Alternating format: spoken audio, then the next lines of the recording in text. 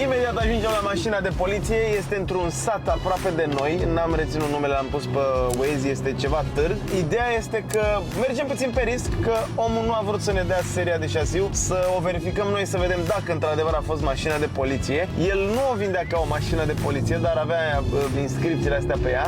Eu o vindea ca o mașină normală. I-am cerut seria, zis, mă dragul, vino să iei mașina dacă vrei. E puțin cam ciufut, nici nu vrea să apară pe filmare omul, dar n-ai ce să faci. Dar până la urmă așa e când vii cu pretenții extra, cum sunt eu acum, uite, vreau și tu să filmezi, omul nu vrea să apară. Aia. Mergem să vedem cum e mașina, dacă funcționează, dacă a fost mașină de poliție și ne revedem direct de acolo. Am ajuns, cred că este casa asta, numărul 7.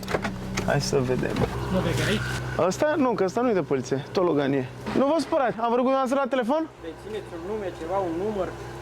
Nu, e un Logan alb și are însemne de poliție. Aici pe strada asta? Mi-a dat un share location, nu știu dacă e pe strada asta sau pe una, dacă știți pe cineva de pe lângă.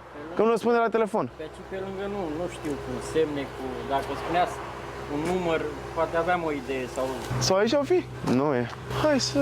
de fapt. Văd un Logan aici, dar nu e de poliție. Am vorbit cu proprietarul, ne-a zis că a lăsat mașina la barul din sat, mergem acolo să vedem care-i treaba, facem plata și plecăm.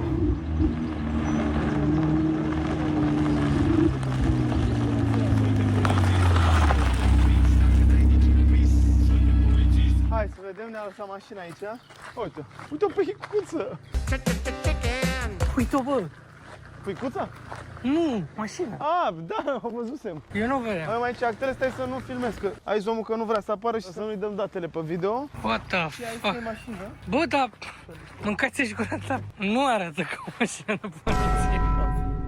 Ce părere ai?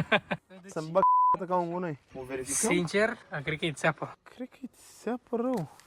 Trebuie să băgăm pe car vertical. Păi uite ce de-astea are coaie. Alea de poliție.